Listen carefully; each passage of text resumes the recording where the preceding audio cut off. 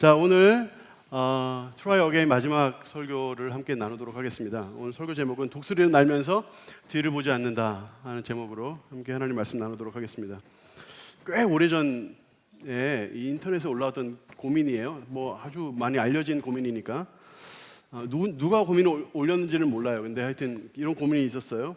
정말 사랑했던 사람과 헤어졌습니다.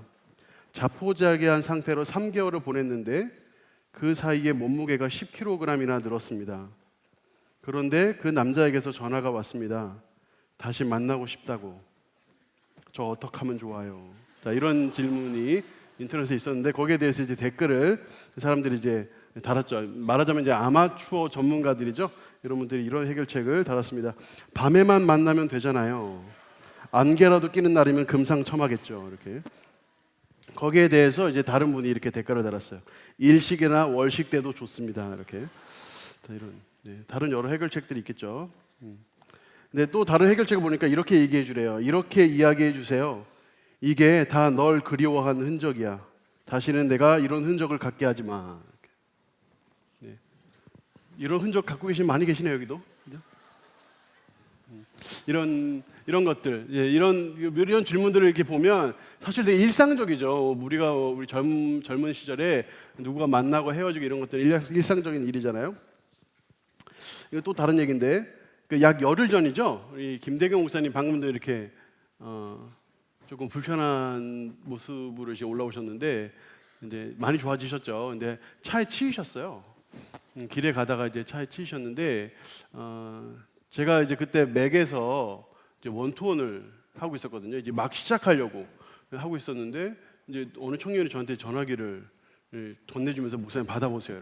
받아봤더니 김대경 목사님이 맥으로 오시던 중에 사고를 당했다. 제가 막 달려갔죠. 엄청 깜짝 놀라서 제가 전력 질주 잘 안 하는데 그날 제가 전력 질주했어요.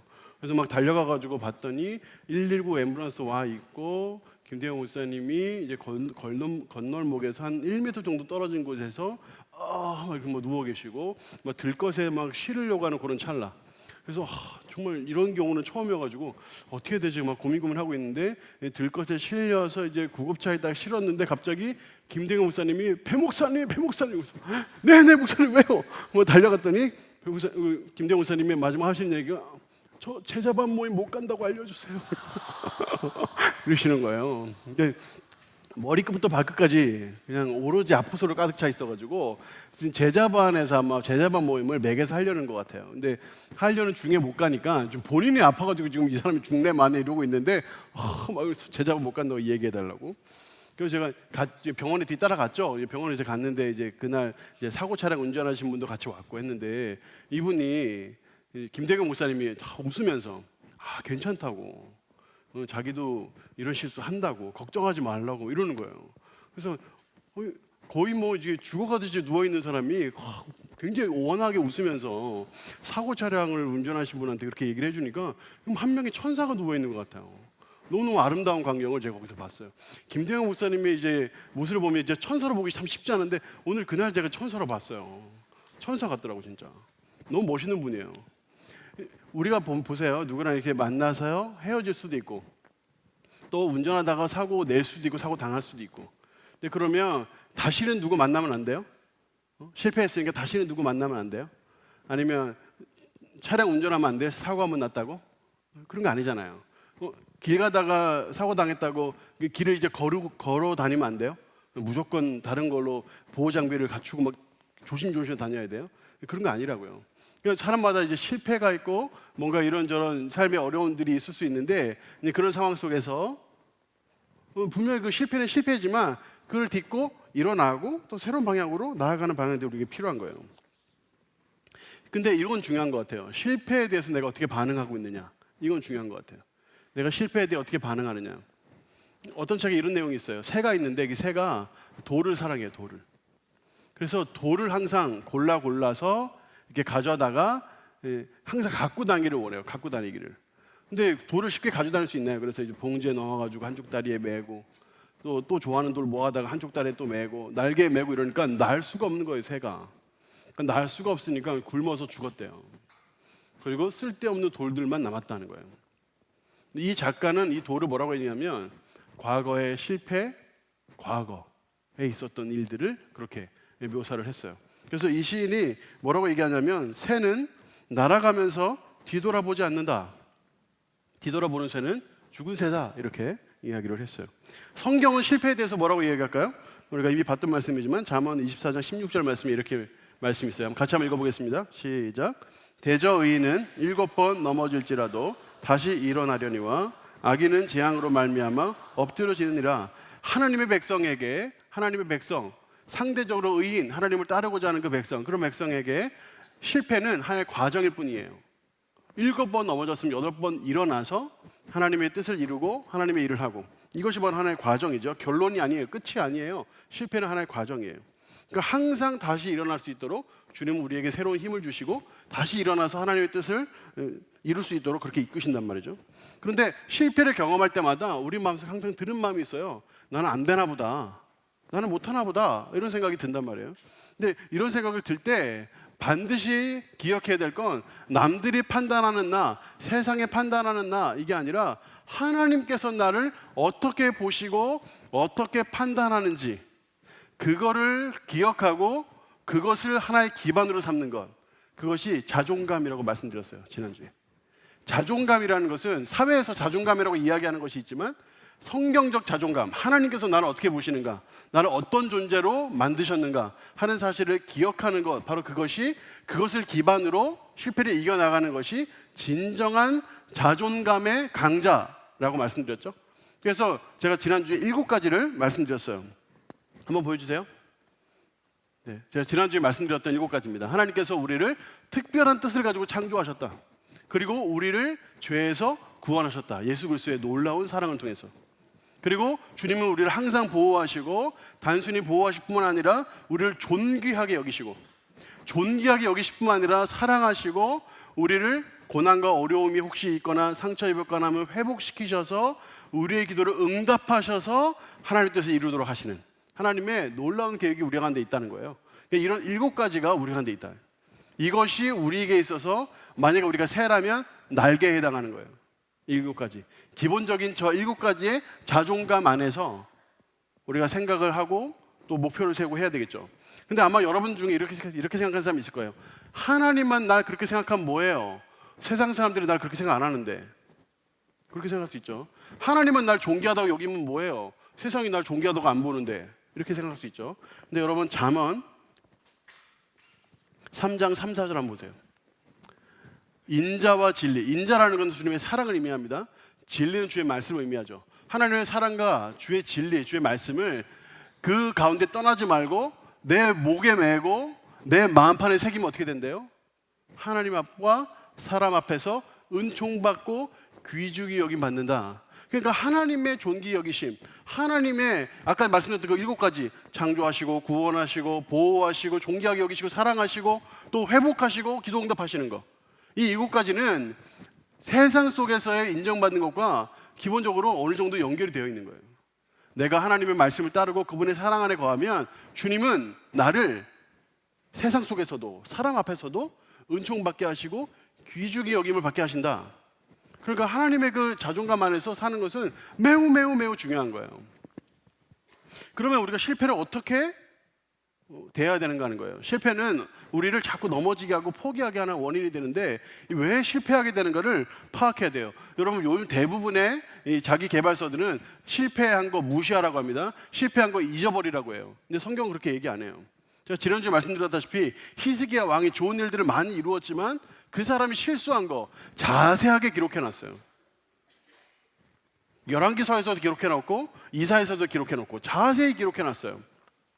왜 그런 실수를 하게 됐는지에 대해서 성경이 자세히 기록을 하는 거예요. 왜요? 실패를 피하거나 잊어버리는 게 아니라 실패를 했으면 실패를 자세히 들여다보고 실패를 직시하고 그 실패에서 배울 것을 배워야 되기 때문에 그런 거예요.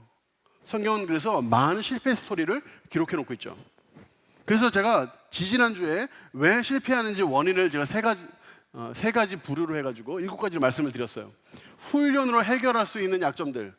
실력 없으면 실패합니다. 실력을 키워야 돼요. 솔직하게 해야죠. 솔직하게.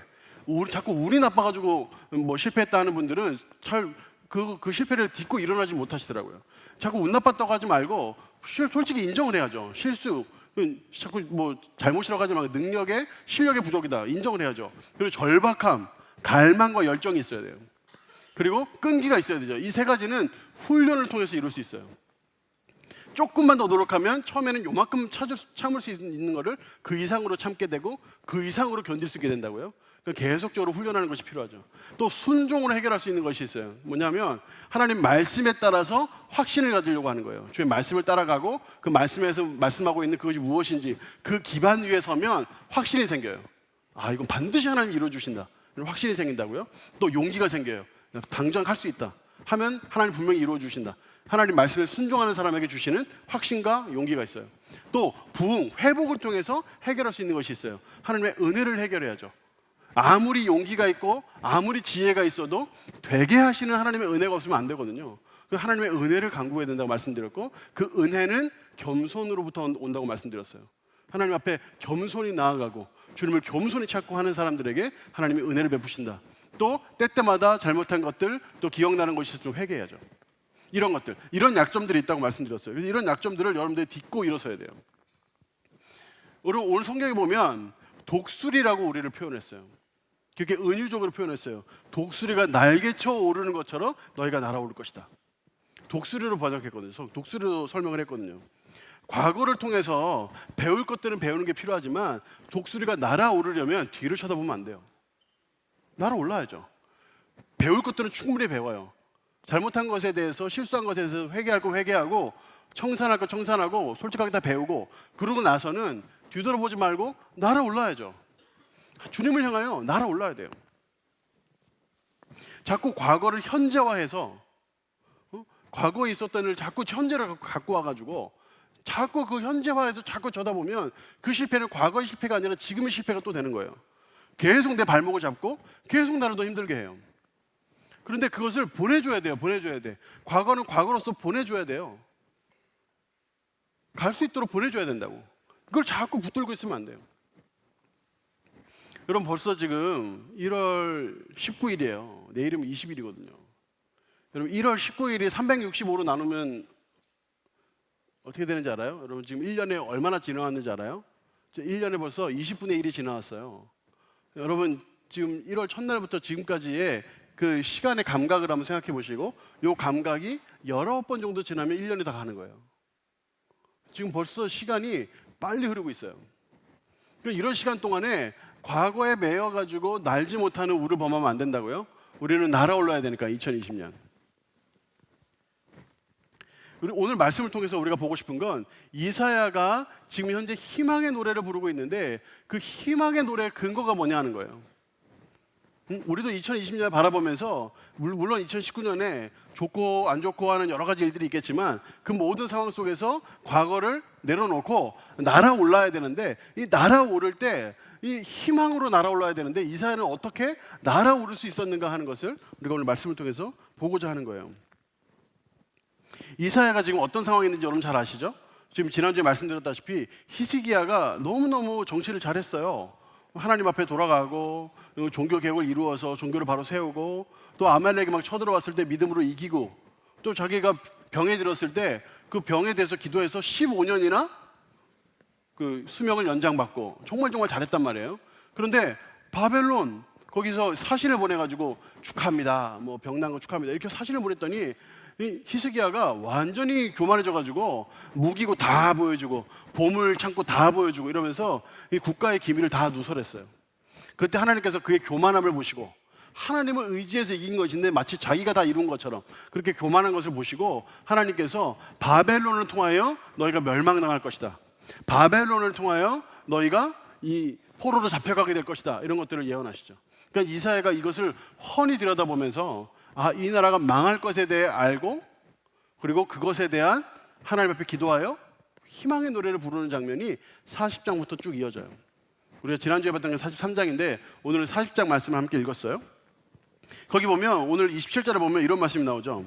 야곱아, 어찌하여 내가 말하며 이스라엘에 내가 이르기를 내 길은 여호와께 숨겨졌으며 내 송사는 내 하나님에게서 벗어난다 하느냐. 여러분, 이게 무슨 말일까요? 하나님 앞에 아무리 구하고 아무리 하나님 송사, 그러니까 재판을 거는 거예요. 내 권리가 하나님 이렇습니다. 내 권리가 이걸 받아 누려야 되는데 하나님 왜 내 권리를 인정해 주지 않습니까? 이렇게 하나님께 송사한다는 거예요. 근데 하나님께서 그 송사를 받지 않으신다는 거예요. 주님을 찾아도 보이지 않고. 여러분, 우리가 실패를 경험할 때 대체로 이런 느낌이 있지 않나요? 하나님을 구하고 하나님을 찾는데 하나님 응답하지 않는 것 같아요. 점점 멀어지는 것 같아요. 주님은 마치 나하고 대화하고 싶어 하지 않는 것 같아요. 실패할 때 그런 느낌이 있다고요. 그런데 지금 이사야가 뭘 짚고 넘어가는 거예요? 분명히 남유다도 이 바빌론에 의해서 파괴되고 멸망할 거예요. 어려움과 힘든 가운데 있겠죠. 근데 그때 사람들이 생각할 거란 말이에요. 내가 아무리 하나님께 기도해 하나님 기도 듣지 않으시네. 내가 아무리 하나님께 송사를 해도 하나님 내 송사를 받아주시지 않네 하는 생각을 할 거란 말이에요. 그런데 지금 이사야가 하나님 그런 분 아니다 라고 이야기하고 있는 거예요. 현상에 집중하면, 내가 지금 현재 당하고 있는 현상에 집중하면 하나님께서 나를 마치 버리신 것처럼 느껴질 수 있어요. 그런데 지금 이사야는 어떻게 하고 있는 겁니까? 하나님께 지금 돌아가고 있는 거예요. 하나님은 그런 분 아니다. 하나님은 너의 음성을 듣지 않는 분이 아니다. 그 얘기를 하면서 이 문맥 안에서 14장 1절에 이런 말씀을 해요. 너희의 하나님이 이르시되 너희는 위로하라, 내 백성을 위로하라. 하나님은 우리를 위로하시는 분이라는 거예요. 하나님은 우리를 굽어 살피시는 분이라는 거예요. 우리의 마음을 붙드시고 품에 안아주시고 불쌍히 여기시고 함께 고통해 주시는 분이라는 거예요. 그렇게 공감하며 위로하는 그런 하나님이심을 이사야가 지금 드러내고 있어요. 이게 첫 번째예요. 우리가 실패에서 벗어나고 과거를 버리고 미래를 향해 날아가려면 이것부터 해야 돼요. 과거에 있었던 이런 실패 때문에 하나님이 내 기도 듣지 않으시는구나, 하나님 불통의 하나님이시구나, 이런 생각으로부터 우리가 자유로워져야 돼요. 두 번째로 이사야가 짚고 넘어가는 것이 있어요. 우리 주님이 멀리 계신 분이 아니라는 거예요. 40장 28절 말씀에 있는데 한번 28절 말씀 같이 한번 읽어보겠습니다. 자, 시작. 너는 알지 못하겠느냐, 듣지 못하겠느냐. 영원하신 하나님 여호와 땅끝까지 창조하신 이는 피곤하지 않으시며 곤비하지 않으시며 명철이 한이 없으시며. 여러분, 이 말씀을 보시고 좀 이상하게 생각 혹시 안 드신가요? 누가 하나님을 피곤하다고 했나? 누가 하나님이 곤비하다고 했나? 왜 하나님이 왜 피곤하지 않고 곤비하지 않다는 얘기를 왜 하시지? 이때 당시에 신들에 대한 사람들의 인식이 이랬어요. 여러분, 그리스 로마 신화의 신들은 어떻던가요? 인간 세상에 별로 관심이 없죠. 자기들끼리 뭘 하기 바쁘잖아요. 지네들끼리 사랑하고 지네들끼리 싸우고 지네들끼리. 그래서 그의 산물이 그냥 이 땅에서 벌어졌다, 이런 식으로 대충 그때 당시에 신들은 그런 식의 신들이었어요. 그러니까 마치 하나님은 너무 지극히 높은 분이기 때문에 너무 지극히 높으셔서 우리한테 관심 가질 시간이 없어요. 우리 같은 하찮은 존재에 와가지고 뭔가 우리와 뭐 미주알 고주알 이야기하고 우리의 꿈과 우리의 아픔에 대해 같이 고민하고 이러실 시간이 없다고. 그분은, 그 지극히 높으신 하나님은 천상의 일들로 바쁘세요. 그러니까 주님께서 우리에게 내려오실 때는 피곤한 상태예요. 별로 관심도 없어요. 근데 우리 주님은 그런 하나님이 아니시라는 거예요. 자연신론, 이신론, 이런 신에 대한 이론 중에 그런 신이 있어요. 그게 뭐냐면 하나님께서 세상을 다 창조하시고 만들어 놓고 나서 톱니바퀴 굴러가듯이 건전지 넣어서 굴러가게 해놓고 모른 척 하신다. 이게 바로 이신론이에요. 자연신론. 하나님께서 다 만들어 놓고 알아서 굴러가게 내버려 두신다. 그러니까 지금 알아서 굴러가는 것처럼 보이잖아요. 해가 동에서 뜨고 서에서 지고, 별 뜨고, 별 뭐 다 돌고, 알아서 다 돌잖아. 알아서. 그렇게 하나님께서 그렇게 다 돌도록 그렇게 마음대로 만들어 놓고 그냥 모른 채 하신다는 거예요. 관심이 없으신 거예요. 그리고 우리는 하나님의 어떤 가까이 오셔서 친구처럼 대하시는 그런 하나님을 기대할 수 없다, 이런 식의 생각이 그때 당시 사람들에게 있었던 거예요. 그러니까 지금 이사야가 하나님 그런 분 아니다, 하나님은 너희를 대하실 때 피곤하시거나 곤비하신 분이 아니다, 오히려 어떤 분이다? 명철이 한이 없으시다. 명철이 한이 없다는 것은, 여기서 명철은 깊이 생각한다는 뜻이에요. 우리 하나님은 우리 각 사람을 깊이 생각하시는 분이다. 우리들의 꿈, 우리들의 아픔, 우리들의 여러 가지 경험, 우리들의 생각, 우리가 가지고 있는 여러 상황들, 이런 것들 다 하나님께서 깊이 살피시는 분이시다. 바로 그런 하나님이 우리 하나님이시다. 그래서 그런 하나님을 찾고 앙망하는 자는 피곤하거나 곤비하거나 넘어지지 않는다. 독수리가 날개쳐 오는 것처럼 하나님께 날아오른다는 거예요. 하나님이 어떤 분이냐? 이사야서 40장 보면 10절에 이런 말씀이 있어요. 보라, 주 여호와께서 장차 강한 자로 임하신다. 강한 자. 그리고 그의 팔로 다스릴 것이다. 바로 이 40장 10절에 이 하나님을 묘사하는 방식은 왕으로서 묘사하는 거예요. 우리 주님 우리를 왕으로서 다스리셔요. 높은 곳에서 우리를 다스리신다고요. 우리 각 사람의 삶들을 아시면서 우리를 다스리셔요. 주님의 강한 손으로. 그런데 또 반대로 바로 그 다음 절 11절에 보면 이런 말씀이 나와요. 이사야 40장 11절 같이 한번 읽어보겠습니다. 자, 시작. 그는 목자같이 양떼를 먹이시며 어린 양을 그 팔로 모아 품에 안으시며 젖먹이는 암컷들을 온순히 인도하시리로다. 자, 우리 주님이 어떤 분 같다는 거예요? 목자 같다는 거예요. 목자와 같이 양떼를 먹이신다는 거예요. 그럼 목자는 양떼를 먹이기 위해서 항상 양떼들과 함께 있습니다. 그래서 이 양떼들이 좋은 음식을 먹도록, 좋은 풀을 먹을 수 있도록 계속 끌고 다녀야 돼요. 그래서 이 양들에게 쏟아붓는 이 목자의 시간은 엄청나게 많습니다. 심지어 같이 자기도 한다고요. 그 양들을 잘 키우기 위해서. 그리고 밤새 지켜요. 늑대나 다른 일이나 쳐들어오지 못하도록. 그 팔에 모아 품에 안으신다. 그렇게 하나님께서 우리를 돌보신다는 거예요.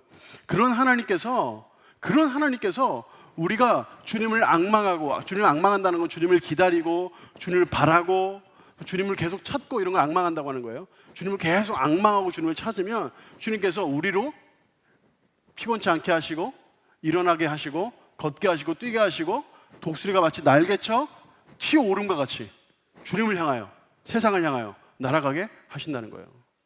그런 하나님이 우리가 바로 믿는 그런 하나님이에요. 그러면 우리가 구체적으로 그럼 우리가 다시 시작해야 되는데 뭘 다시 시작할 것인가 하는 것을 말씀드리려고 그래요. 제가 첫째 날에는 이제 1월 5일에는 실패하는 7가지 이유를 말씀드렸고 지난주에는 우리가 어디에 우리의 자존감에 기반을 두어야 하는가를 7가지를 말씀드렸어요. 오늘은 우리가 다시 시작하면서 구체적으로 무엇을 해야 될 것인가를 7가지로 말씀드리려고 해요. 첫 번째, 훈련해야 됩니다. 훈련. 여러분 개인적으로 또는 이 교회 안에서 또는 사회에서 훈련하셔야 돼요.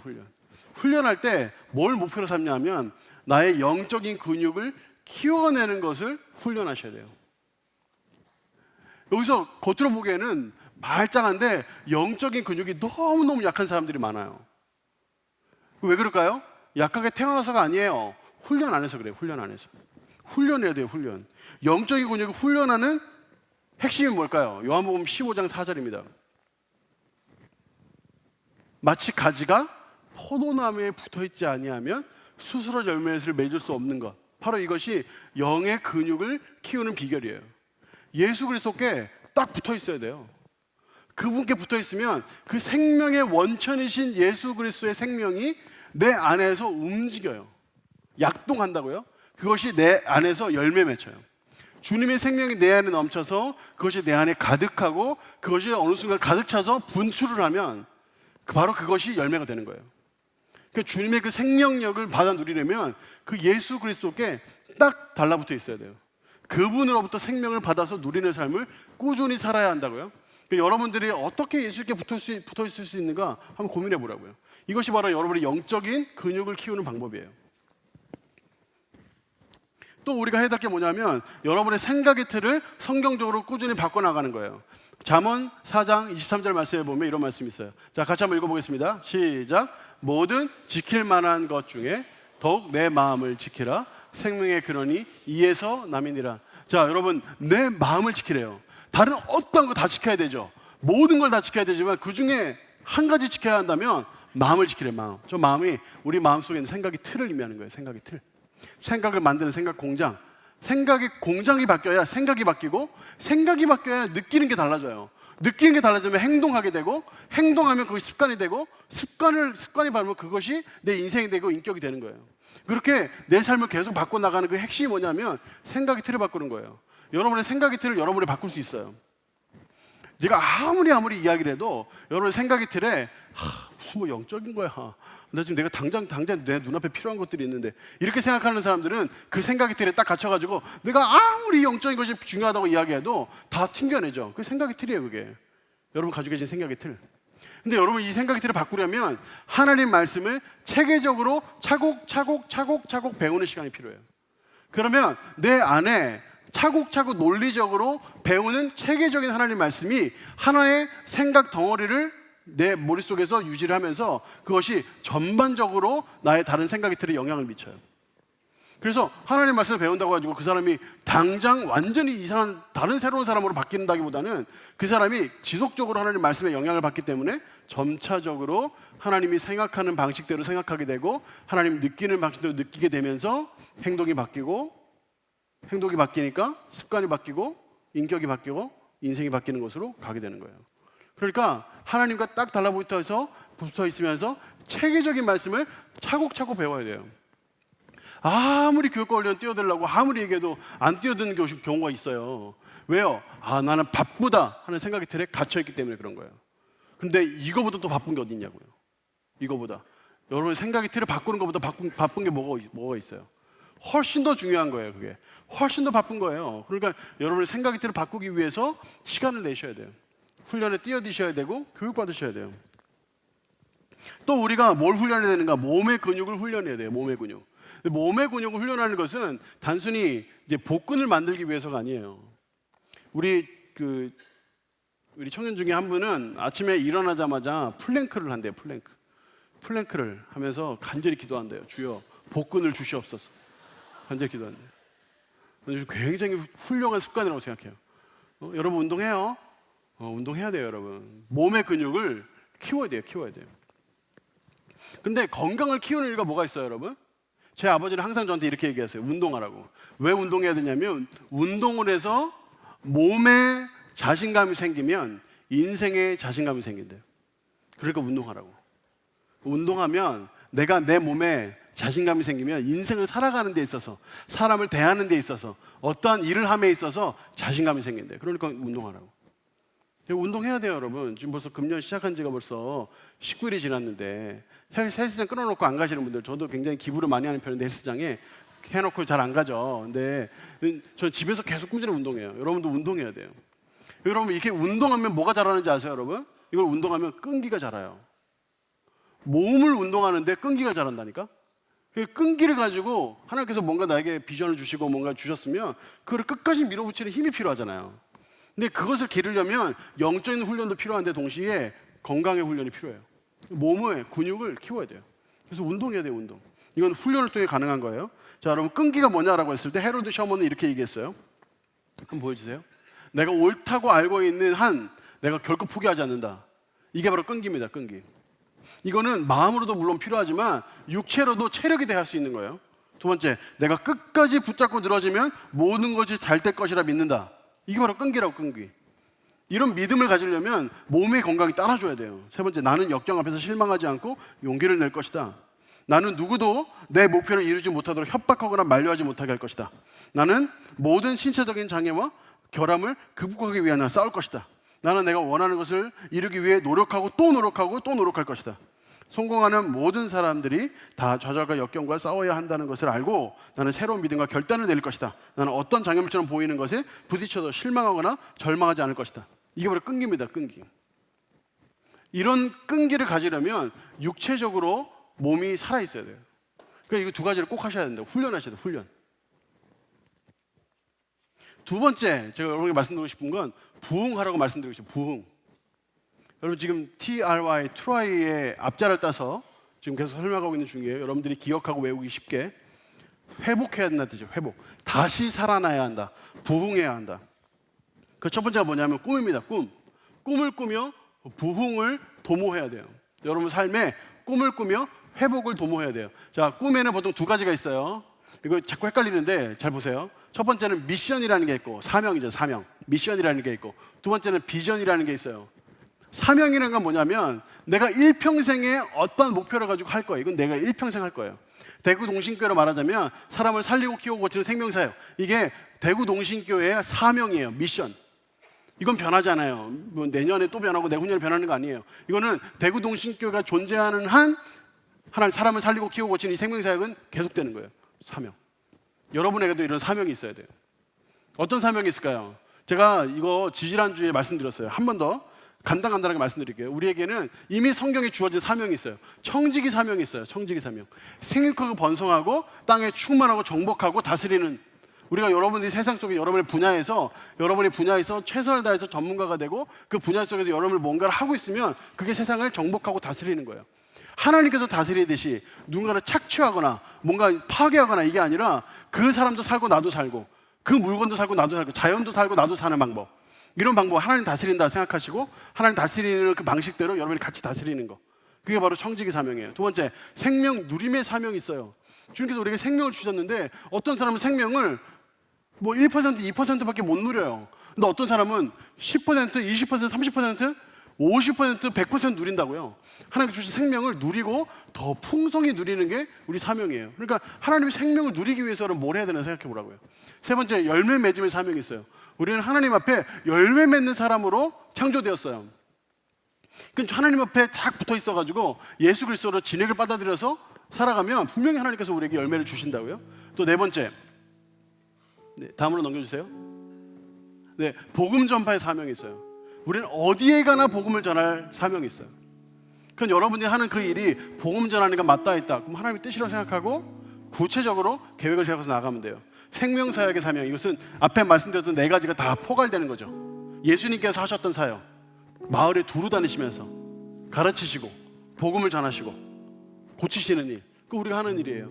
그래서 천국 보는 사람을 살리고 키우고 고치는 사역, 그 사역 우리가 하는 거예요. 그래서 내가 하는 일이 하나님 앞에 사람을 살리고 키우고 고치는 사역과 맞닿아 있다면 걱정할 거 없이 그거 하면 돼요. 그거 하나님 뜻이에요. 이게 바로 사명이 사명. 이거는 하나의 큰 바운더리예요. 바운더리. 큰 바운더리. 그 바운더리 안에서, 이 바운더리 안에서 여러분 원하는 걸 하면 돼요. 근데 이 큰 바운더리가 있었으면 이 바운더리 안에 여러분의 작은 목표들이 필요해요. 그게 바로 비전이라고 하는 거예요. 그러니까 이제 정리하면 이런 거예요. 사명은 이제 여러분이 일평생 달려나가야 될 큰 목표. 그러면 그 큰 목표를 이루기 위해서 해야 되는 것들이 있을 거 아니에요. 예를 들어서 내가 뭐 목표가 서울로 간다. 그럼 서울로 가기 위해서 넘어가야 되는 산들이 있잖아요. 산. 그런 산들 하나하나, 산봉우리 하나하나, 이걸 비전이라고 하는 거예요. 작은 구체적인 목표들. 그 목표들을 세워야죠. 예를 들어서 내가 훌륭한 의사가 되겠다. 사람을 살리고 키우고 고치는 의사가 되겠다. 그러면 당연히 공부 열심히 해야죠. 그리고 그와 같은 길을 가고 있는 사람들이 어떤 사람이 있는지 찾아서 그 사람이 쓴 책이나 그 사람이 살아가고 있는 방식을 알 수 있는 어떤 인터뷰나 아니면 실제로 만날 수 있으면 제일 좋고, 만나서 이야기도 나눠보고 그에 관련된 책들도 좀 섭렵을 하고, 그리고 내가 누군가를 돕기 위해서 한다 그러면 당장에 내가 도와야지 뿅 되는 게 아니니까 시간이 되면 뭐 가능성이 있으면 달려가서 이렇게 봉사도 해보고, 우리 교회 같은 경우는 의료 선교 이런 데 가니까 그런데 지원해가지고 같이 가서 선교도 보고, 이런 구체적인 목표를 세워서 하나하나 해 나가야죠. 이런 것들을 의미하는 거예요. 큰 사명을 가지고 비전을 가지고 나아가는 거. 이게 바로 여러분의 꿈을 회복하는 방법이에요. 네 번째, 여러분의 믿음을 다시 살려내서 부흥해야 돼요. 믿음은 두 가지가 있는데, 예수 그리스도께서 나를 위하여 죽으시고 부활하셨다. 그 사랑을 의지하는 것, 이것이 바로 이 중요한 믿음이죠. 그래서 로마서 5장 8절에 보면 이런 말씀 있죠. 우리가 아직 죄인 되었을 때 그리스도께서 우리를 위하여 죽으심으로 하나님께서 우리에 대한 자기의 사랑을 확정하셨다. 그러니까 주님의 사랑이에요. 주님의 사랑. 여러분, 이 사랑을 의지하면서 믿으면서 회복해야 돼요. 여러분의 믿음을. 또 한 가지가 있는데 뭐냐면, 자, 말씀 한번 읽어볼게요. 여러분들이 한번 왜 이 말씀하고 믿음하고 상관이 있는가 한번 생각해 보세요. 자, 요한복음 12장 24절이에요. 같이 한번 읽어보겠습니다. 시작. 내가 진실로 진실로 너희에게 이르노니 한 알의 밀이 땅에 떨어져 죽지 아니하면 한 알 그대로 있고 죽으면 많은 열매를 맺느니라. 여러분, 하나님께서 한 씨앗을 창조하셨을 때에는 그 씨앗에 대한 꿈이 있었어요. 꿈. 특별한 계획. 뭘까요? 그 씨앗이 땅에 묻혀서 나무를 이루는 거예요. 열매를 맺는 거예요. 여러분, 하나님은 여러분을 그냥 각 개인으로 한 명 한 명 이렇게 보지 않으세요. 여러분을 통해서, 여러분을 만나서 성장시키실 그 누구, 여러분을 만나서 회복시키실 누구, 여러분을 만나서 살리게 될 누구, 여러분을 만나서 이루게 될 공동체, 여러분을 통해서 이루실 하나님의 놀라운 뜻 다 보고 계시단 말이에요. 우리는 그 씨앗 조그만 거 보면서 그 씨앗이라고 생각하죠? 아니요, 하나님 그 씨앗 보면서 나무를 보고 계시다고. 아, 내 삶에 하나님께서 특별한 계획을 가지고 계시는 거야. 하나님이 나를 통해서 큰 나무를 이루기를 원하시는구나. 가능하면 여러분 중에 산도 나오면 좋겠어요. 산. 가능하면 여러분 중에 산맥도 나오면 좋겠어요. 산맥. 하나님께서 나를 사랑하시고 하나님 나를 이렇게 부르셨으니 내가 하나님께서 주신 재능을 잘 개발해서 하나님 앞에 귀하게 쓰임받겠다 하는 믿음 말이에요. 믿음. 이런 믿음이 있을 때 회복이 일어나고 부흥이 시작되는 거예요. 마지막 세 번째 부른데 순종하라는 거예요. 순종하기 위해서는 여러분 기본적으로 선교와 전도에 순종해야 돼요. 하나님께서 우리에게 복음을 전하는 자로 우리를 부르셨어요.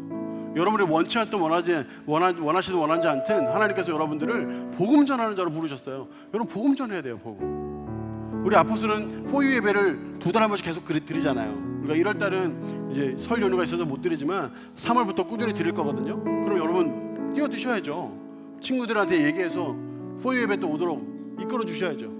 여러분 우리는 캠퍼스 모임도 할 거예요. 캠퍼스에 계신 분들은 캠퍼스에 오셔서 함께 캠퍼스 모임에 참석하셔야죠. 같이 노방전도 좀 해보고 주변 사람들의 복음도 좀 전해보고 그 캠퍼스 모임에 교회는 오기 힘들어도 캠퍼스에서 잠깐 모인다는 걸 올 수 있거든요. 오면 밥도 주고 같이 교제도 하고 하니까 올 수 있도록 해가지고 캠퍼스 모임도 하는 거예요. 여러분 각 그 직장에서 신회도 있지 않아요? 신회에 참석하시거나 신회가 없는 회사는 여러분들 신회를 만드세요. 사역자들이 다 뛰어갑니다. 여러분 위해서.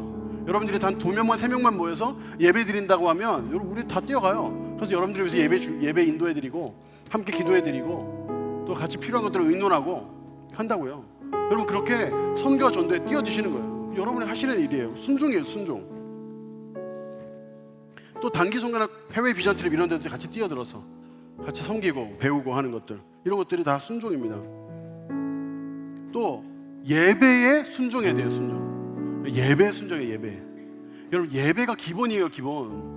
여러분들 금방 알 수 있어요. 주일 예배 한 번 안 드리고 그럼 2주일이 지나죠. 2주일이 다 지나면 마치 하나님과 함께 뭔가 대화를 나누고 기도하는 것, 그것이 매우 어색한 것처럼 느껴져요. 왜 그럴까요? 벌써 하나님과의 관계가 멀어져가지고 생명력이 간당간당한 거예요. 그래서 주일 예배는 절대 빠지는 거 아니에요. 시험 있다고 빠지고 날씨 좋다고 빠지고 날씨가 굳으면 날씨가 굳다고 빠지고 여자친구가 생기면 여자친구가 생겼다고 빠지고 여자친구가 헤어지면 헤어졌다고 또 빠지고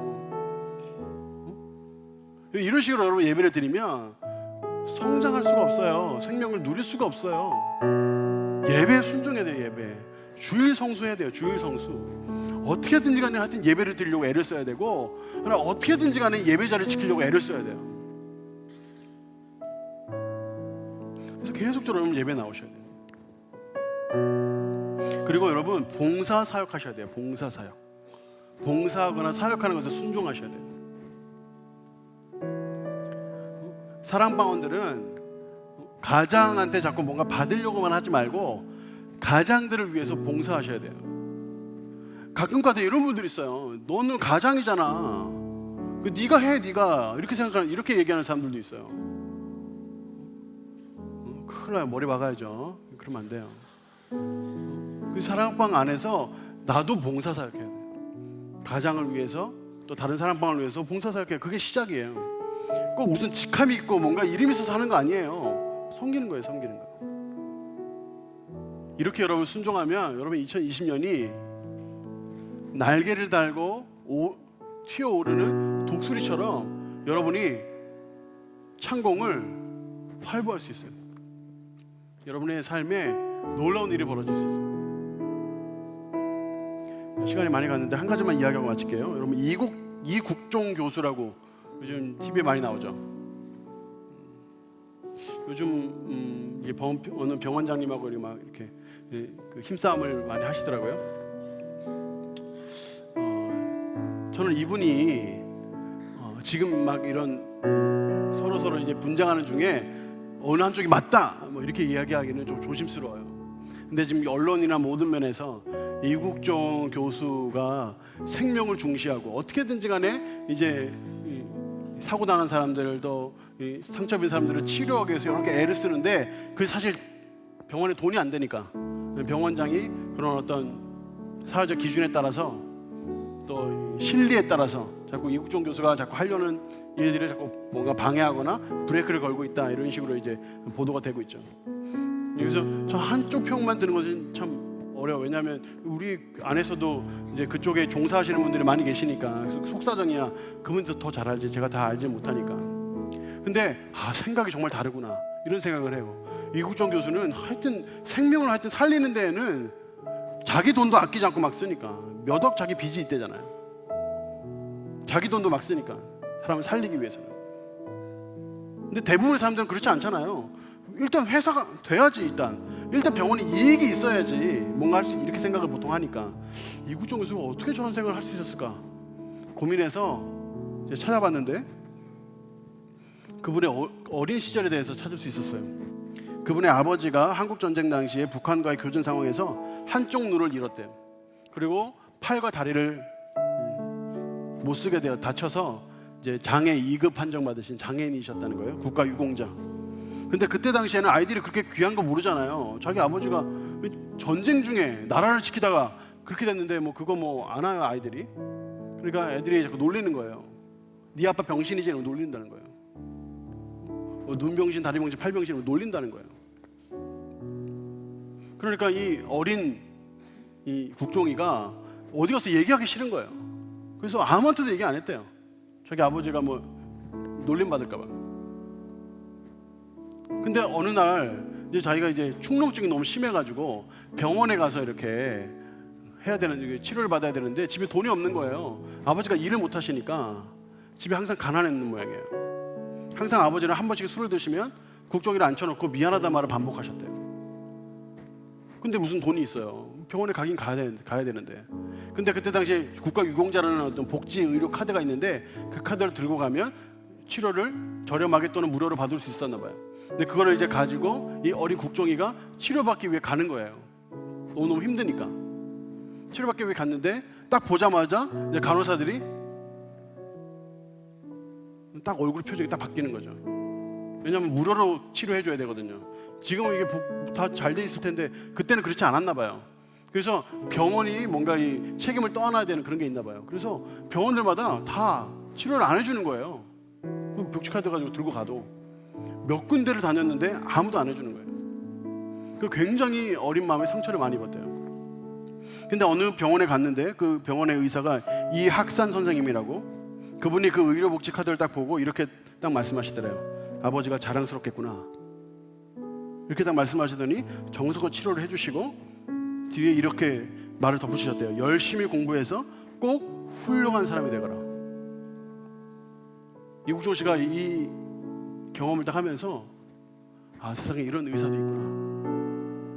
나도 정말 저런 의사 되고 싶다. 나도 정말 저런 불쌍한 사람들을 돕고 생명을 살리는 그런 의사가 되고 싶다 하는 꿈을 처음 가졌대요. 어린 국종이가. 그때 이후로 가정이 어려우니까 공부하기 쉬웠겠어요. 너무너무 힘든 상황들을 많이 넘겼어요. 그러면서 의대 졸업하고 또 군입되고 이러면서 의사가 됐어요. 이렇게 의사가 된 이국종 교수는 어떤 사람이 됐을까요? 저쪽 아덴이라는 곳에서 소말리아 해적하고 대치하는 중에 포로가 되었던 이 선박을 구출하기 위해서 작전을 펼쳤는데 그때 아덴만 여명 작전이라는 거죠. 그때 석혜균 선장이라는 분이 총알을 6발을 맞고 사경을 헤매게 돼요. 거기 병원에서 계속 치료를 하는데도 안 되는 거예요. 그래서 의료기술이 뛰어난 우리나라 의사 중에 누가 가줘야 되는데 누가 가냐고, 거기를. 위험 천만한 전쟁터를. 이국종 교수가 내가 가겠다. 근데 여러 가지 제약이 있는 거예요. 직접 못 가요. 헬기를 타고 가야 돼. 헬기를 타고 가서 잠수함에서 줄을 타고 내려야 돼. 그 자기 다 하겠다. 아무도 안 가려는데 가는 거예요. 가서 줄 타고 내렸는데 잘못해가지고 물에 빠졌어요. 아무렇지도 않게 잠수함 위에 기어 올라가가지고 들어가가지고 수술을 했다는 거예요. 근데 수술을 했는데 고비는 넘겼지만 이거 빨리 치료 안 하면 또 다시 위험이 올 수 있다. 헬기를 동원해서 한국으로 이송하자. 근데 거기서 거리가 얼마나 먼데, 무슨 말도 안 되는, 돈이 엄청나게 많은, 몇 억이 드는데 안 된다 하는 거야. 안 된다. 정부도 안 된다. 다 안 된다. 이국종 교수가 내가 돈 낼게 하자. 4억을 내고 의료 앰뷸런스 헬기를 가져다가 그 사람을 실어가지고 한국에 이송해서 살렸어요. 이걸로 이국종 씨가 유명해졌죠. 아덴만 사건에 숨어있는 영웅이다 이래가지고 유명해졌잖아요. 그 이후에 북한군이 우리나라에 내려오다가 총상을 입고 귀순한 병사 있었어요. 그 병사가 발견돼서 이송되는데 어디로 이송됩니까 여러분? 거기 서울 인근에 다른 데도 많지만 수원에 있는 아주대병원으로 이송하죠. 왜요? 총상을 치료한 의사가 우리나라 별로 없어요. 이국종 교수가 치료하는 거예요. 그러니까 실력도 있고 생명을 살리고자 하는 것도 있고. 그래서 지금 현재 이국종 교수는 과거에 힘들고 어려운 그 어린 시절 때문에 지금 그 사람이 된 거예요. 여러분, 지금 우리가 겪고 있는 어려움이나 고난들은 지나가는 거예요. 여러분이 만약에 7번째 넘어졌으면 8번째 일어나면 돼요. 하나님께서 여러분을 일어나게 하실 거예요. 그러기 위해서는 3가지가 필요하죠. 트레인 훈련하고, 리바이브 다시 부흥하고 회복하고, 그리고 예스 순종하고. 이 3가지가 여러분 필요해요. 그렇게 하면 다시 일어나게 하신다고요. 일어나게 하시면서 여러분으로 하여금 이 시대에 꼭 필요한 인물이 되게 하시는 거예요. 그 아픔과 어려움들을 통해서 여러분들을 성장시킨다고요. 그러기 위해서는 과거에 있었던 것들에 대해서 배우지만 그것을 내려놓아야 돼요. 내려놓아야 자유로워져요. 자유로워야 높이 날 수 있어요. 높이 날아야 멀리 볼 수 있어요. 하나님은 우리를 독수리로 부르셨어요. 독수리는 날 때 절대 뒤돌아보지 않아요. 과거는 과거로 두고 자유로워지세요. 높이 날아오르세요. 높이 날아올라서 멀리 보세요. 하나님께서 그와 같은 삶을 통하여 여러분 삶에 놀라운 변화, 놀라운 부흥, 놀라운 생명사역이 이루어지게 하는 그런 귀한 하나님의 사람으로 다 삼아주시기를 예수님 이름으로 축원합니다. 자, 우리 같이 찬양하면서 하나님께 나가도록 하겠습니다.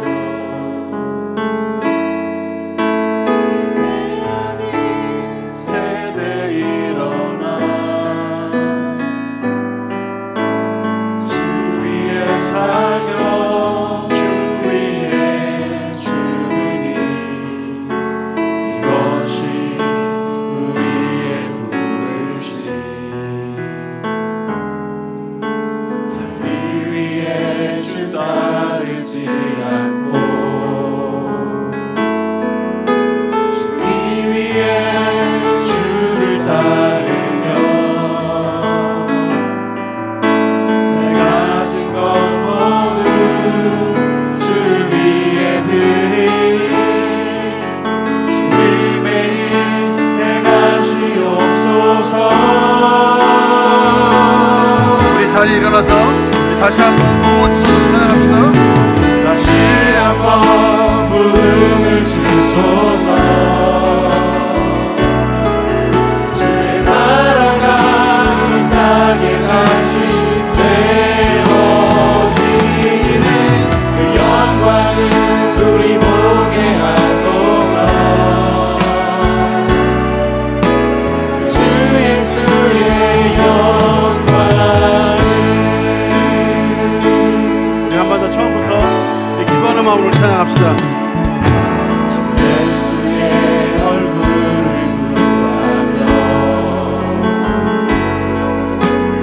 예배하는 세대 일어나.